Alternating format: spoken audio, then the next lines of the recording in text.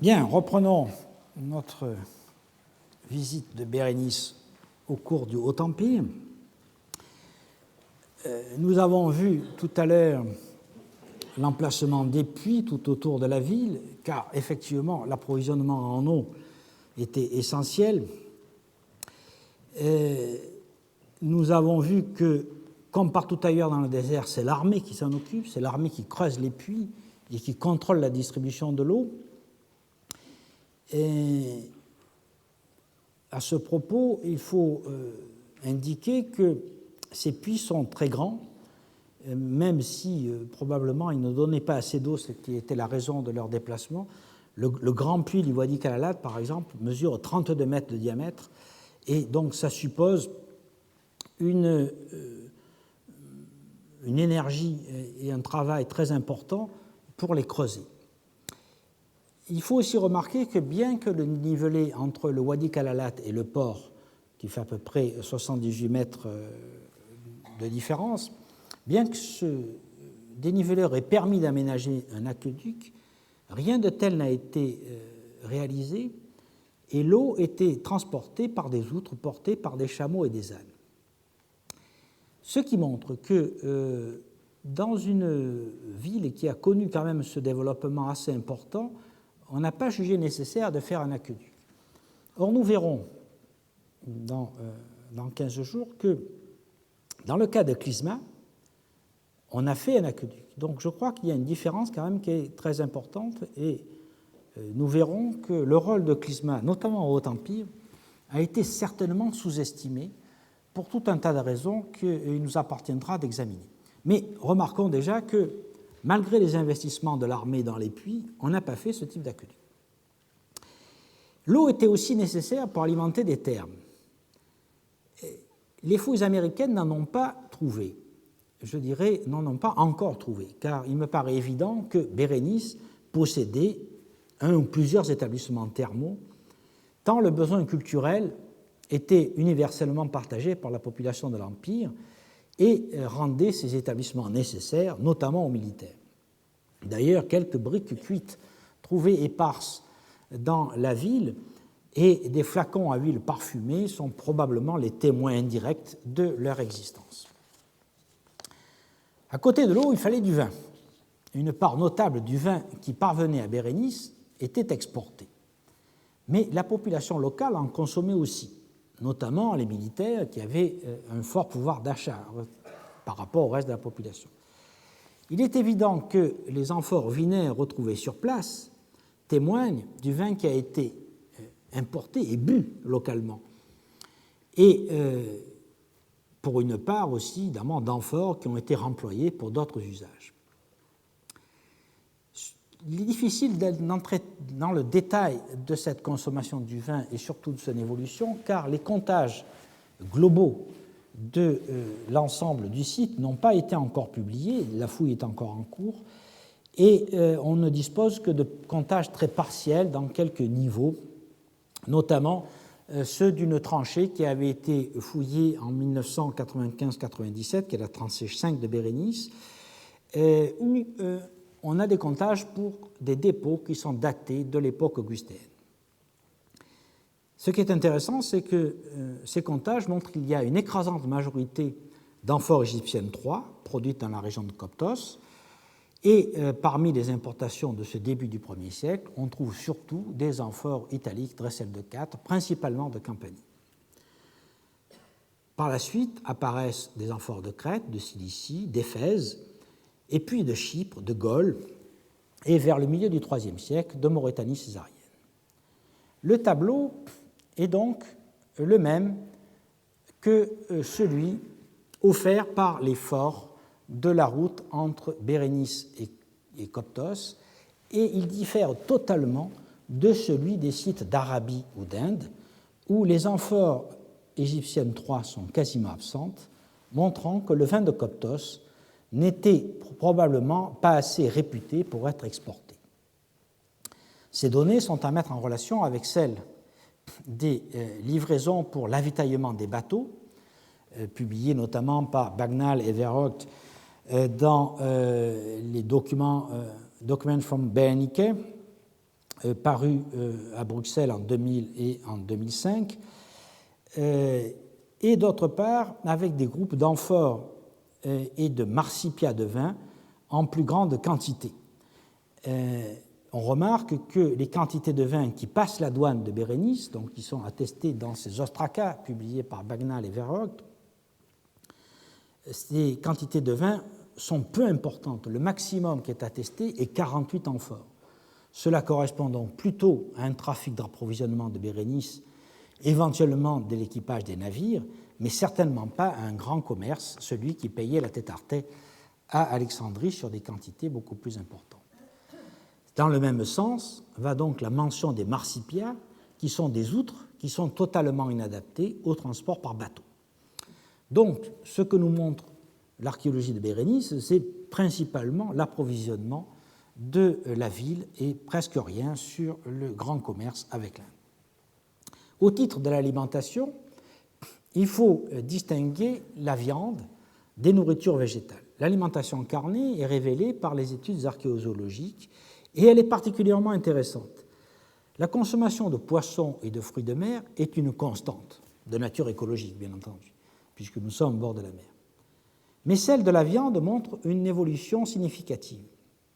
Sous les Ptolémées, les habitants mangeaient presque exclusivement du mouton, que l'on présume d'origine locale.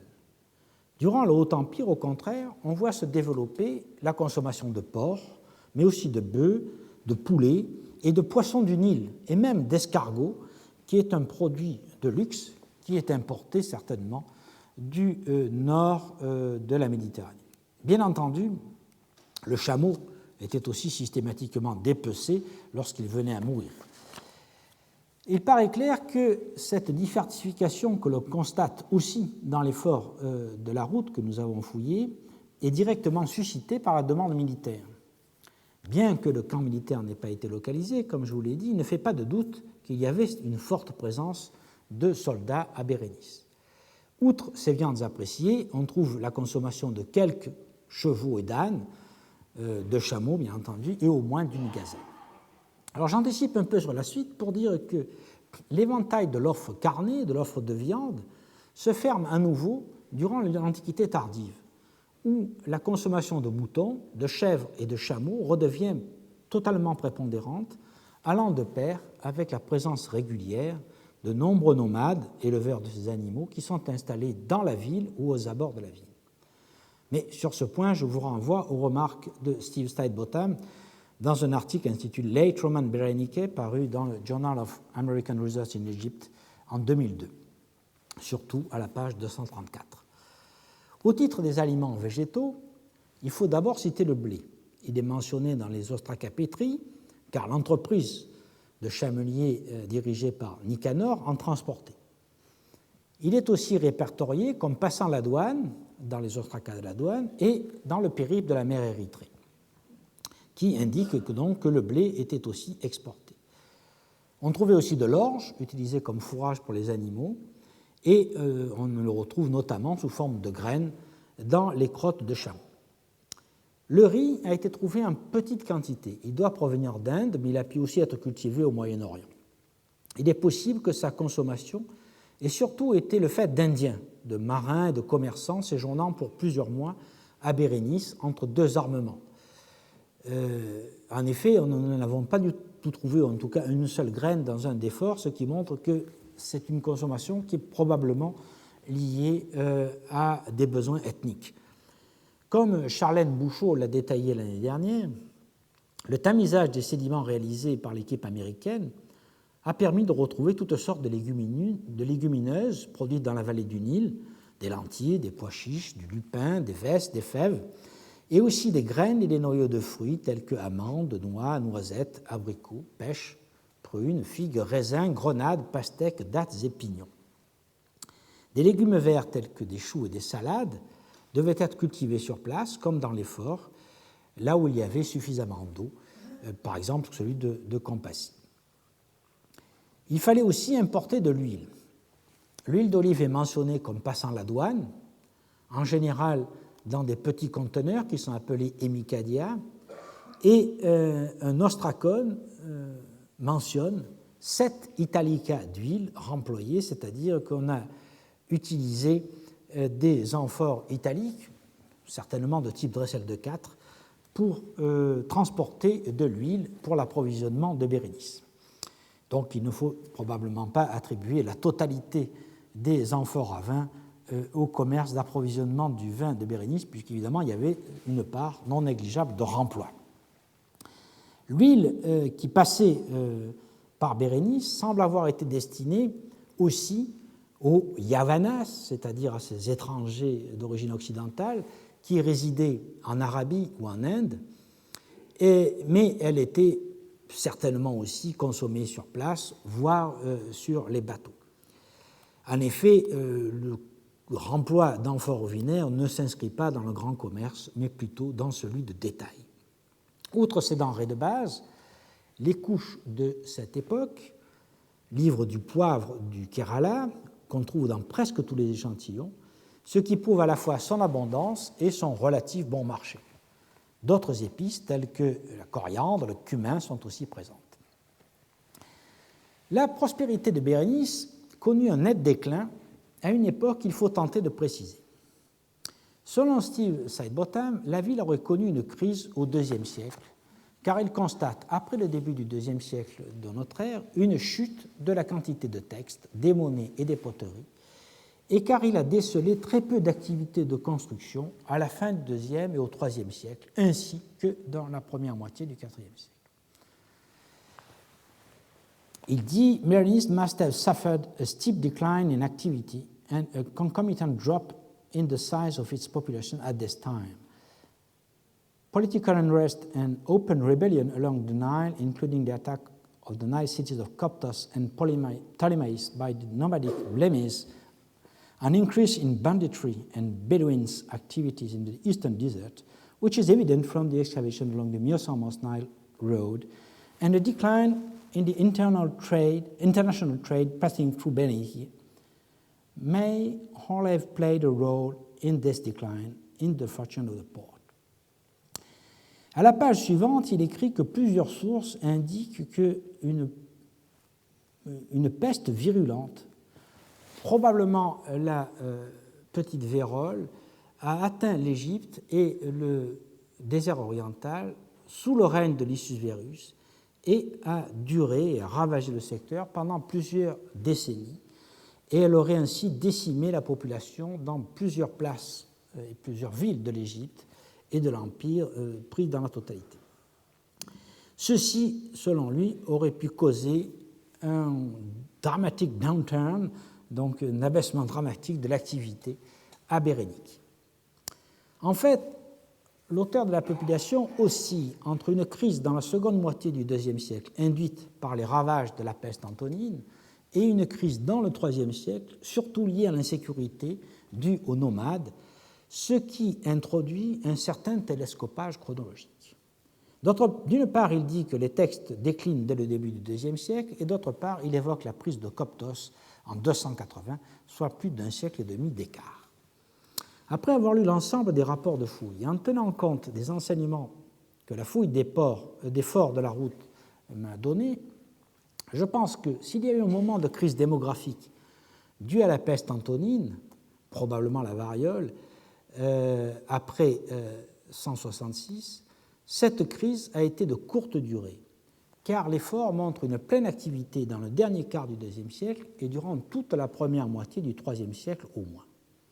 Sur ce point précis, Roger Bagnall et Bruce Frears, page 174 de leur ouvrage The Demography of Roman Egypt, paru à Cambridge en 1994, considèrent qu'on ne doit pas exagérer les conséquences de la peste antonine, bien que la saignée de population ait été sévère. Il estime à 10% sur l'ensemble de l'Empire et peut-être autour de 20% dans les grandes cités.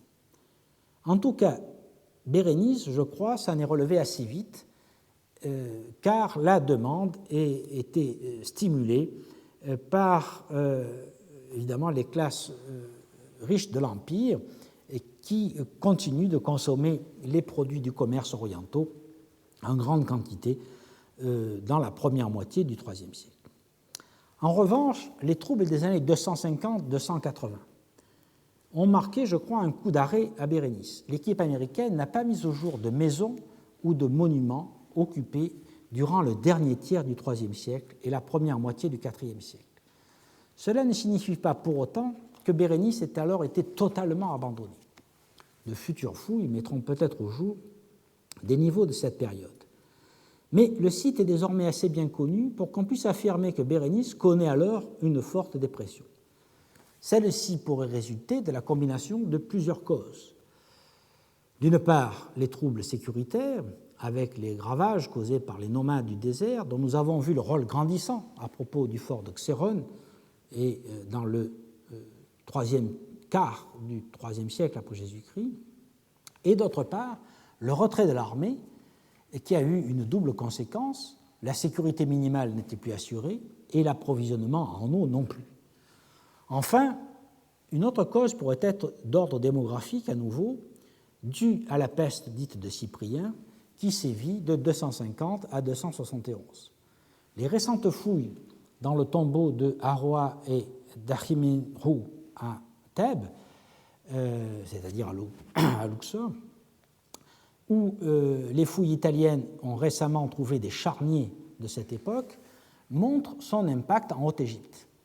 La combinaison de ces facteurs ne pouvait donc que provoquer un abandon au moins partiel et probablement assez extensif du port qui ne vivait que grâce à l'approvisionnement depuis la vallée. Alors, qu'est-ce qui se passe après ? Sidebottom a consacré, comme je vous l'ai dit, en 2002, un article à Bérénice durant l'Antiquité tardive dans donc le Journal of the American Research Center in Egypt. Et il a fait très longuement allusion à cette phase dans son ouvrage de synthèse Sur la route des épices, paru en 2011. Enfin, les fouilles de ces dernières années, avec la mise au jour d'un sanctuaire tardif très bien conservé, ont apporté beaucoup de nouveautés sur Bérénice au cours du IVe, Ve et début du VIe siècle. Après la forte dépression démographique de la fin du IIIe siècle, dont nous venons de parler, on assiste au IVe siècle à une renaissance de Bérénice qui est marquée par la construction de nombreuses maisons, de sanctuaires et d'une église chrétienne. Dans son ouvrage Recherche sur l'activité des Méditerranéens aux confins de l'Afrique, Jean Desange, page 353 et suivante, a souligné dès 1978 que les Romains s'intéressent de près à nouveau à la mer Rouge à partir des années 310-320 après Jésus-Christ. Et je me demande si le renouveau de Bérénice n'est pas quelque peu antérieur au milieu du IVe siècle, période que retient Steve Sidebottom. Ce renouveau pourrait débuter dans la foulée de la reprise en main de la sécurité manifestée par la construction du fort d'Abouchar en 309-311, fort qui est clairement destiné à protéger le commerce. En effet, nous ne disposons pour la ville de Bérénice que de datations fondées sur la céramique, dont la marge d'erreur est d'environ un quart de siècle. C'est un point sur lequel je pense que la poursuite des recherches et évidemment la publication de cette céramique permettra probablement d'évoluer. Mais j'aurais tendance à, disons, antidater quelque peu le renouveau de Bérénice plutôt dans la décennie 310-320 que vers 350 après Jésus-Christ. Même si la relance de l'activité commerciale est le moteur de ce renouveau, l'environnement politique et religieux ont changé. Malgré un effort militaire sur les côtes de l'Égypte, Rome ne semble plus dominer totalement la mer Rouge comme auparavant, et elle doit désormais composer avec des forces émergentes, dont le royaume d'Aksum, qui devient un acteur essentiel dans la police des mers et dans le commerce. À Bérénice, on ne trouve pas de traces de l'armée au IVe siècle, quoique sa présence soit probable. Les forts autour de la ville, et nous les avons vus tout à l'heure, sont désormais abandonnés. Et il semble que les puits soient taris, car l'eau paraît désormais être apportée depuis le puits de Chenchef, qui est situé à 21 km au sud de Bérénice. Le puits de Chenchef est ici, Et donc l'abandon de ces forts, probablement lié au tarissement des puits, a nécessité d'un nouveau chercher de l'eau, certainement assez loin. Le site de Chenchef a fait l'objet de prospections et de fouilles approfondies de la part de l'équipe de Steve Stuyvesant et ne ressemble en rien au Présidia du Haut-Empire.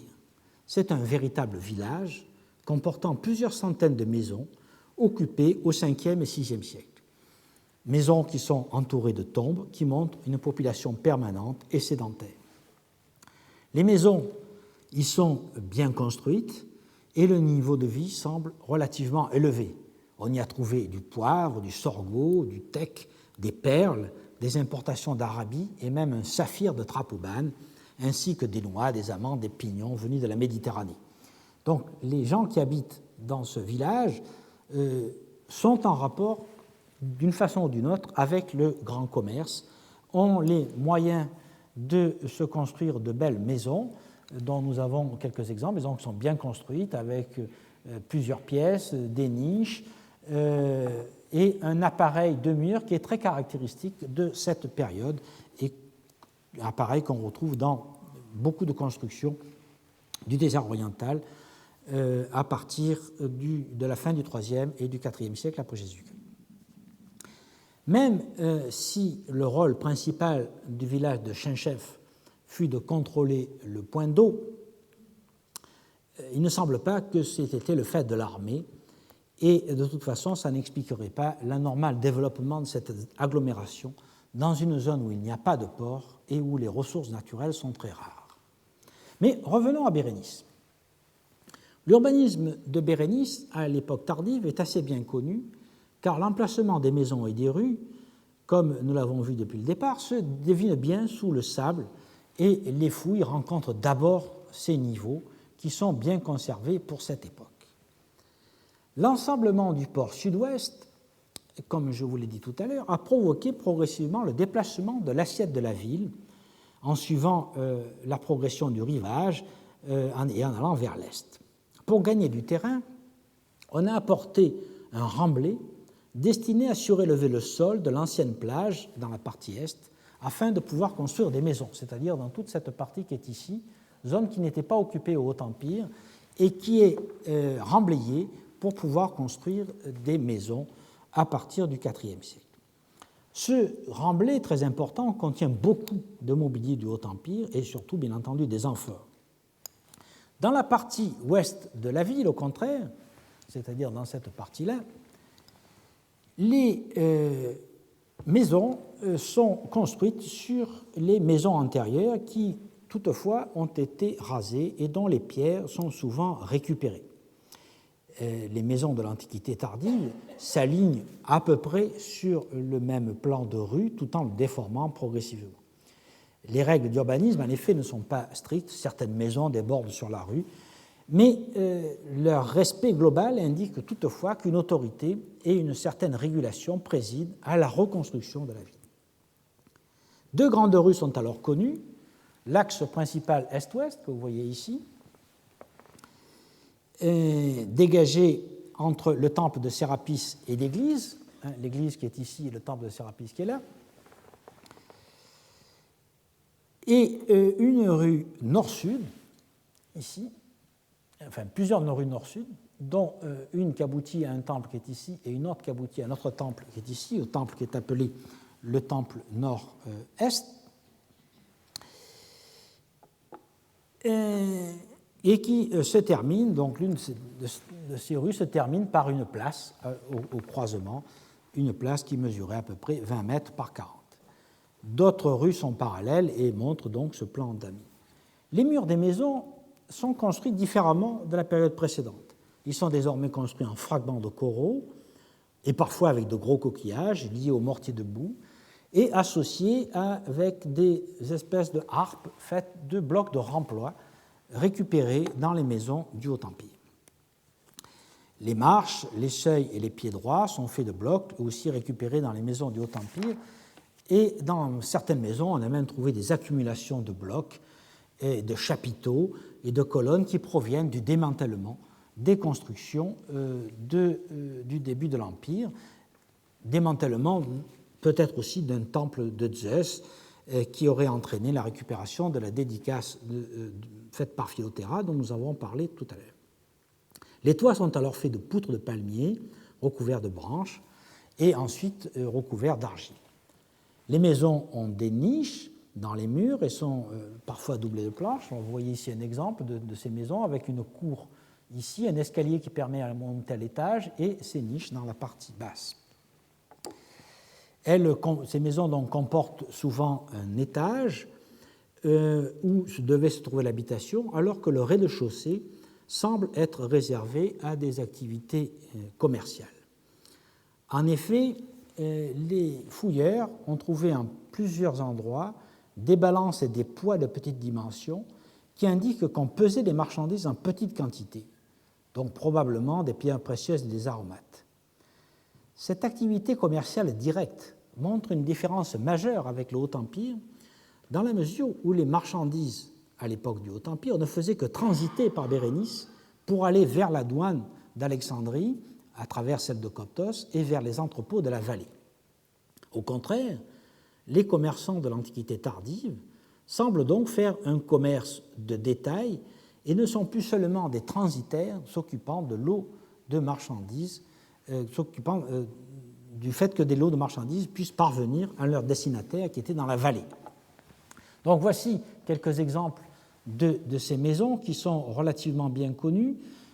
Ici, une de ces grandes maisons avec cour intérieure, les escaliers qui sont faits de blocs de remploi et la restitution qu'en donne Steve Sidebottom, donc avec toute une partie basse utilisée comme cour de service et destinée au commerce, où on trouve parfois des amphores, et la partie haute qui était certainement utilisée pour l'habitation permanente de ces marchands.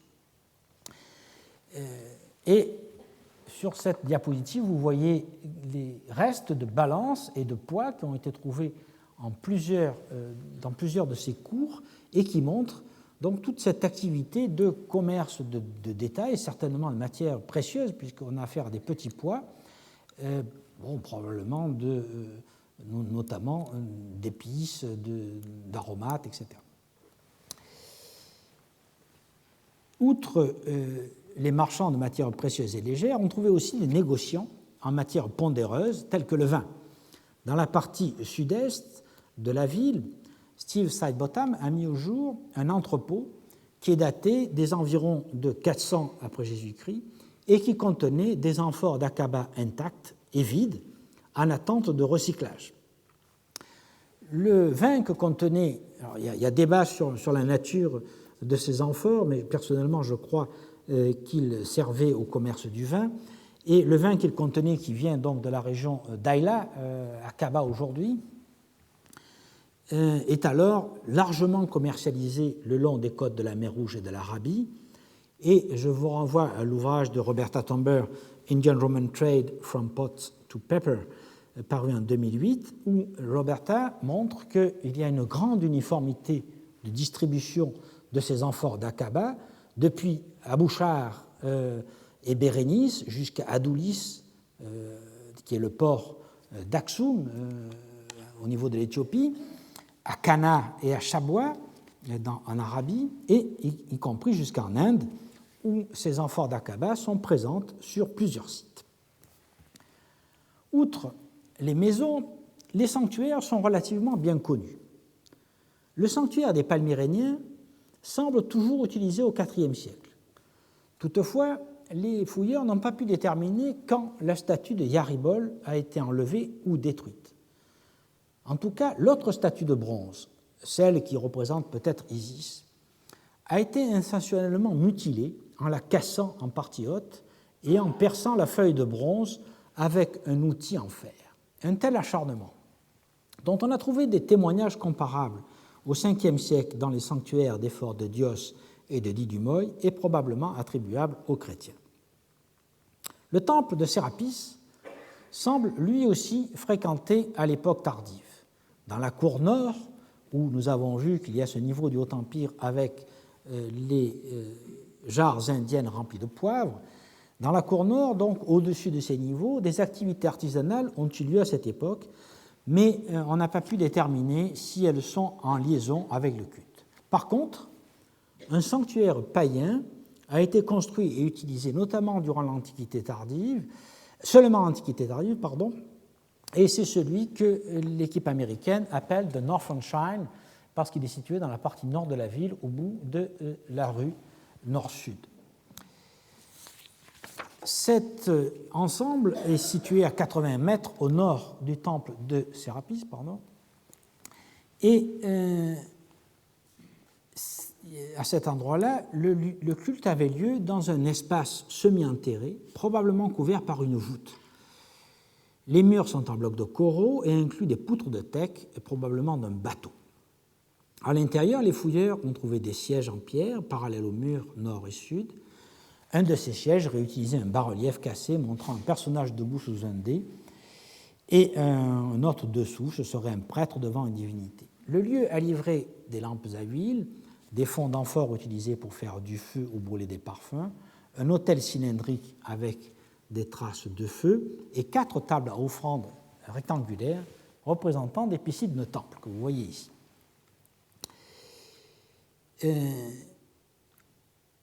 Un œuf d'autruche peint et une petite statuette en bronze complètent le mobilier qui a été trouvé. Ce sanctuaire pourrait être destiné à un culte à mystère, mais on ne sait de quelle divinité, faute d'éléments probants. Quoi qu'il en soit, il a été utilisé jusqu'à la fin de l'occupation de Bérénice, ce qui veut dire que malgré le décret de fermeture des temples de 391, des temples païens de 391 pris par Théodose, malgré le voisinage des chrétiens qui ont leur église à quelques pas, il s'est instauré une forme de cohabitation entre chrétiens et païens tout au long du Ve siècle. Un autre temple, moins bien connu, appelé Building F, est entouré d'un mur de téménos ouvrant au sud-est, mais là encore, on ne sait rien de la divinité. En revanche, le sanctuaire implanté sur une petite éminence qui, à l'époque ptolémaïque, devait être une île, comme nous l'avons vu, et qui était située à l'entrée du port, a fait l'objet de fouilles complètes ces dernières années.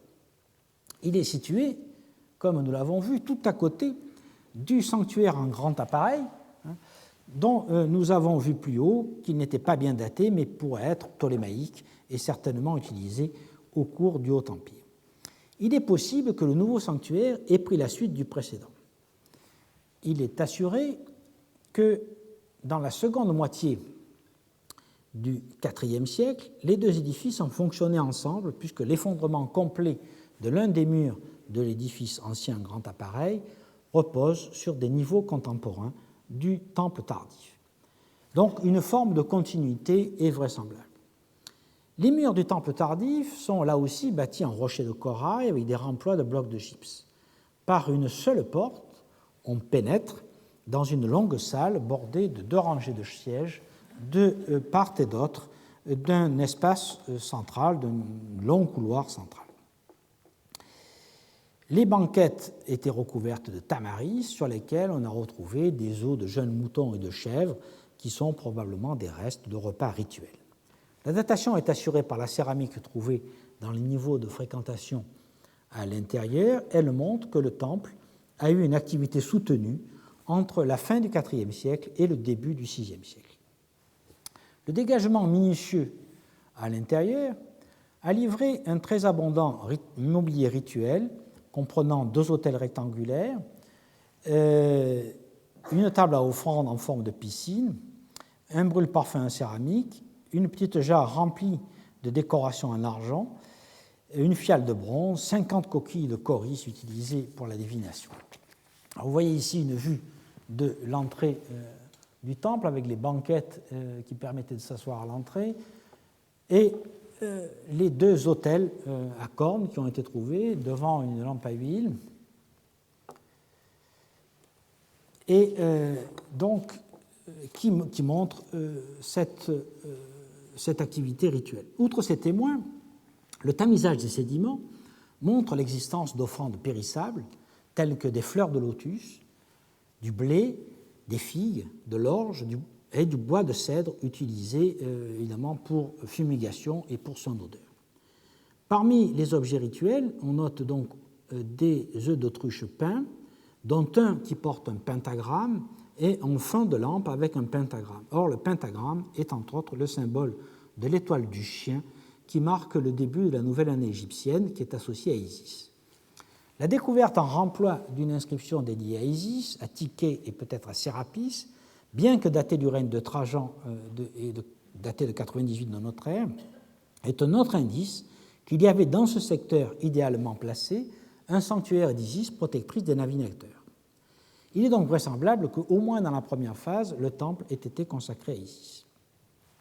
Une deuxième phase succède, dont vous voyez ici une photo qui est beaucoup moins organisée, mais dans laquelle on a trouvé aussi beaucoup de témoins rituels, et notamment une pierre, un bétyle, qui semble avoir servi à des cérémonies, on tournait autour, semble-t-il, et on a trouvé associés quelques autres amulettes et statuettes, dont une amulette de Bès, qui n'est probablement pas très significative, mais plus significative de la deuxième phase, est cette tête de taureau, qui est originaire d'Arabie du Sud et qui devait faire partie d'une statue dont le reste n'a pas été retrouvé, qui était peut-être en bois, le reste était peut-être en bois, et cette partie était fixée en partie.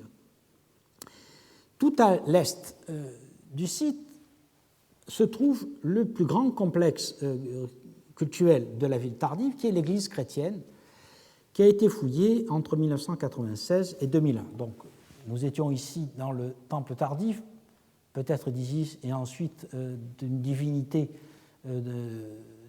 arabe, enfin originaire d'Arabie du Sud, et nous passons donc dans la partie totalement orientale de la ville, où l'équipe de Saïd Botham a découvert cette église chrétienne.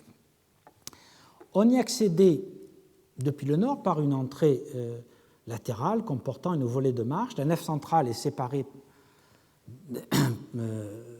des deux collatéraux par des fils de pilastres ou de colonnes, et l'autel se trouvait à l'est, dans cet endroit-là.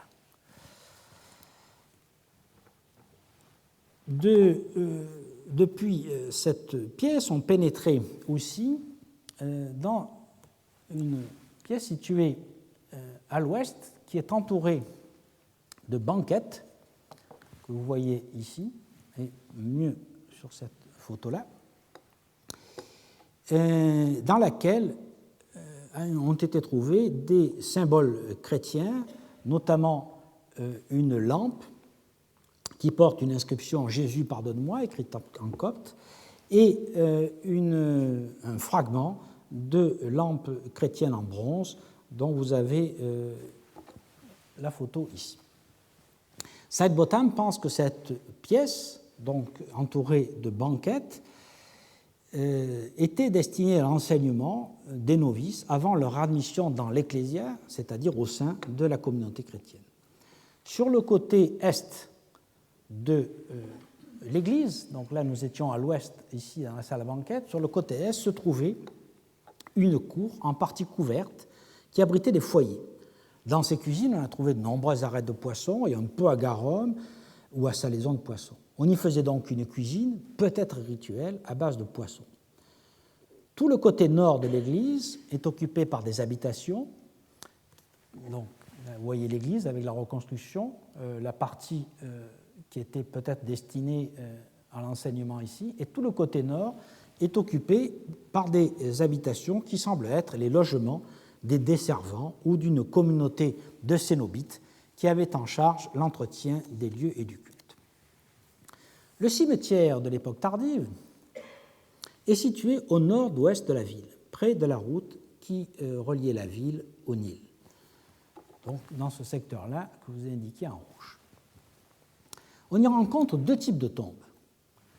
D'une part, celles de personnages aisés, qui sont formés d'un caisson limité par des murs de blocs de coraux contenant des cercueils de planches de bois cloués et enserrés dans des mausolées. Malheureusement, toutes ces tombes ont été violées et il est difficile de les dater précisément. Et d'autre part, il existe des tombes en pleine terre dont 2 ont pu être fouillées, l'une appartenant à un enfant de 2 ans et une autre à un adolescent, mais toutes les deux pratiquement sans mobilier, sauf un bracelet de perles. Outre ces tombes des habitants de Bérénice, il existe autour de la ville de nombreux et vastes champs de tombes surmontés de tumulus en pierre. Donc, que vous voyez sur cette photo-là. Vous voyez, la Bérénice est ici, et ce sont tous ces ensembles qui sont ici. 640 de ces tombes ont été repérées à l'ouest et au sud-ouest de la cité, dans les collines. D'un diamètre d'1,50 m environ, ces tombes comportent une excavation rectangulaire au centre entourée de dalles. Elles sont ordinairement placées sur des cols ou des hauteurs dominant les wadis, et malheureusement, toutes ont été pillées. Mais les tessons de céramique trouvés alentour montrent qu'elles sont datables des 4e et 5e siècles. Des groupes de tombes identiques ont été découvertes à Itam Rayam et à Chenchef, et en janvier de cette année, j'en ai moi-même trouvé plusieurs groupes autour des fouilles que nous conduisons à Bir Samout. De par leur position et leur mode de construction, ces tombes sont reliées aux populations nomades, d'autant plus qu'elles sont parfois associées à des vases modelés de type Eastern Desertware. La question suivante se pose immédiatement. Pourquoi voit-on apparaître ces tombes en grand nombre à partir des 3e et 4e siècles, alors qu'il n'existe pas de cimetière équivalent durant le Haut Empire? Selon Steve Stuyvesant, cette brusque apparition serait la manifestation d'un changement de population de Bérénice durant l'Antiquité tardive. Il lui semble que la ville est alors occupée surtout par des marchands païens et chrétiens, et que, dès le 5e siècle, la place des nomades du désert augmente sensiblement. Les tombes sous tumulus autour de la ville pourraient bien indiquer que les défunts étaient des nomades qui avaient vécu à Bérénice ou autour, pratiquant le commerce, mais qui voulaient être enterrés selon leur tradition. L'absence de mobilier funéraire dans les tombes le long de la route reflète surtout une différence de religion. Ce seraient des tombes chrétiennes. Cette reconstitution est plausible, mais demande à être étayée. On n'a aucune preuve que les tombes du cimetière au nord-ouest de la ville, que je vous ai montré tout à l'heure, aient été celles de chrétiens. Comme elles ont été pillées, on ne connaît ni leur date précise, ni leur appartenance religieuse. Quant aux nombreuses tombes autour de Bérénice, elles manifestent certainement une présence accrue des nomades, et vu leur multiplication de nombreux points du désert oriental, certainement un essor démographique important qui expliquerait à la fois leur pression sur l'écosystème et sur l'administration impériale, et finalement leur succès militaire marqué par la prise de Koptos et de Phoenikon et l'occupation et l'exploitation du mont Smaragdus, où l'importance des villages de Nougrous et de Sikait montre leur nombre et leur présence aux portes mêmes de Bérénice. Je ne suis donc pas certain que ces tombes que nous voyons là soient celles de marchands sédentarisés comme établis à Bérénice, du moins pour la plupart. Elles pourraient être celles de populations locales vivant en symbiose avec le groupe des marchands et de marins qui habitaient à Bérénice. En symbiose, cela veut dire qu'ils devaient leur fournir des moutons et du poisson, servir de guides dans le désert, probablement de protecteurs, stipendiés, ou peut-être participer à certaines formes de commerce, sans être eux-mêmes les moteurs de ce commerce qui continue à demander des capitaux importants et des réseaux d'informateurs, d'agents et de dépendants ou de parents dans l'Empire, aussi bien que dans l'Inde et dans l'Arabie. Le fait que certains secteurs de la ville aient livré des accumulations de restes de poissons et de coquillages, tranchant avec d'autres dépotoirs, pourrait indiquer qu'il y avait des zones où résidaient des habitants ichthyophages au sens propre du terme. Il pourrait s'agir des populations du désert connues sous ce nom. Ailleurs, comme je l'ai dit, la consommation de viande repose surtout sur les moutons, les chèvres et les chameaux, montrant une prépondérance de l'approvisionnement local auprès des nomades qui élevaient ces animaux dans les wadis environnants. Que les rapports entre les divers groupes qui devaient habiter Bérénice n'aient pas toujours été pacifiques, nous en avons la preuve par la découverte de quelques squelettes mutilés, 2 décapités notamment, qui ont été jetés sur le dépotoir ptolémaïque aux marges ouest du site, et un squelette dans une fosse près de l'ancienne muraille hellénistique. Il s'agit de fouilles de 2014. Selon Sidebottom, le changement des pratiques funéraires indiquerait qu'une part nettement plus importante de la population se fait alors enterrer sur place, et cela manifesterait un changement fondamental dans la mentalité de la population de Bérénice. Désormais, une large part des habitants considérerait que cette ville était leur patrie, c'est-à-dire l'endroit où ils vivaient et où ils choisissaient d'être enterrés, alors que sous le Haut-Empire, c'est la vallée qui était leur patrie et ils ne passaient à Bérénice que des séjours pour affaires. Cette interprétation repose sur la double conviction que le cimetière nord-ouest de Bérénice est nettement plus important que les quelques tombes qui ont été fouillées et sur le fait que les 640 et quelques tombes à tumulus à l'ouest de Bérénice appartiennent à ses habitants. Mais nous avons vu que si elles correspondent à des populations nomades vivant en symbiose avec la ville, l'argument tomberait en grande partie, car la raison d'être de la ville, encore à cette époque, était le grand commerce. Et ce grand commerce est attesté à la fois par une monnaie de Rudra Sena III, un roi de l'Inde occidentale qui a été frappé en 362, par le témoignage de céramique de cette époque, par la présence de nombreuses perles fabriquées en Inde et surtout à Ceylan, et même une perle qui vient de Java ou du Vietnam, qui est représentée ici. Il est attesté aussi par la présence d'une monnaie d'Aphilas, roi d'Aksum, et de nombreuses céramiques fabriquées à Aksum qui montrent probablement la présence de commerçants aksumites dans la ville. Il faut dire un mot, pour finir, de la fin de l'occupation de Bérénice. Il est toujours difficile de dater précisément d'abandon lorsqu'on ne dispose pas de sources écrites. Les céramiques trouvées à Bérénice couvrent tout le Ve siècle, avec notamment des importations de vases sigillés clairs africaines D, que vous voyez ici, des lampes africaines, ici, des lampes de fabrication africaine, donc de l'actuelle Tunisie, des amphores Late Roman Amphora I, etc. Selon Roberta Tomber, les dernières importations seraient datables du tout début du VIe siècle. La dernière référence dans les sources antiques se trouve dans le Martyrium Sancti Aretae, paragraphe 27-29, un texte qui rapporte qu'en 524-525 de notre ère, sur demande de l'empereur Justin Ier, Timothée, évêque d'Alexandrie, ordonna aux autorités des ports de la mer Rouge de mettre des bateaux à la disposition du roi des Aksumites pour porter la guerre dans le royaume d'Himyar, coupable d'avoir mis à mort un groupe d'Arabes chrétiens à Najram et d'avoir incendié des églises en 523 de notre ère. À cette occasion, le nombre des bateaux que chaque port envoie manifeste leur importance relative. 20 bateaux furent envoyés de Xisma, 5 d'Aïla, 7 de Yotabé, 7 des îles Pharasan, 9 d'Inde, ce qui, à cette époque, doit désigner la corne de l'Afrique, et 2 seulement viennent de Bérénice. Un si petit nombre de bateaux pour un port qui fut l'un des plus grands ports marchands de la mer Rouge marquerait son profond déclin au début du VIe siècle. Quelles sont les causes de l'abandon? Elles sont certainement multiples et liées au contexte local et régional. D'un côté, nous avons vu le port de Bérénice s'ensabler de façon permanente depuis sa fondation, obligeant à un déplacement des installations portuaires toujours plus vers l'est. Et il faut imaginer que, comme cela se faisait fréquemment en Méditerranée, par exemple à Marseille ou à Naples, et comme nous l'avons vu qu'il y avait des exdices à Myosormos, le port a pu être dragué, mais un tel dragage demandait des moyens financiers et humains concevables seulement aux époques où le commerce était prospère. Or, et c'est là que les conditions régionales entrent en compte, on assiste à un déclin de ce dernier. Ce déclin est dû à une baisse de la demande en Méditerranée, en proie aux problèmes sécuritaires et économiques que vous savez, et elle est due aussi à des troubles grandissants dans la mer Rouge, qui a dû provoquer des changements de routes maritimes et terrestres. Nous avons vu qu'il y avait eu la guerre entre Aksum, allié aux Romains, contre Himyar, le royaume arabe.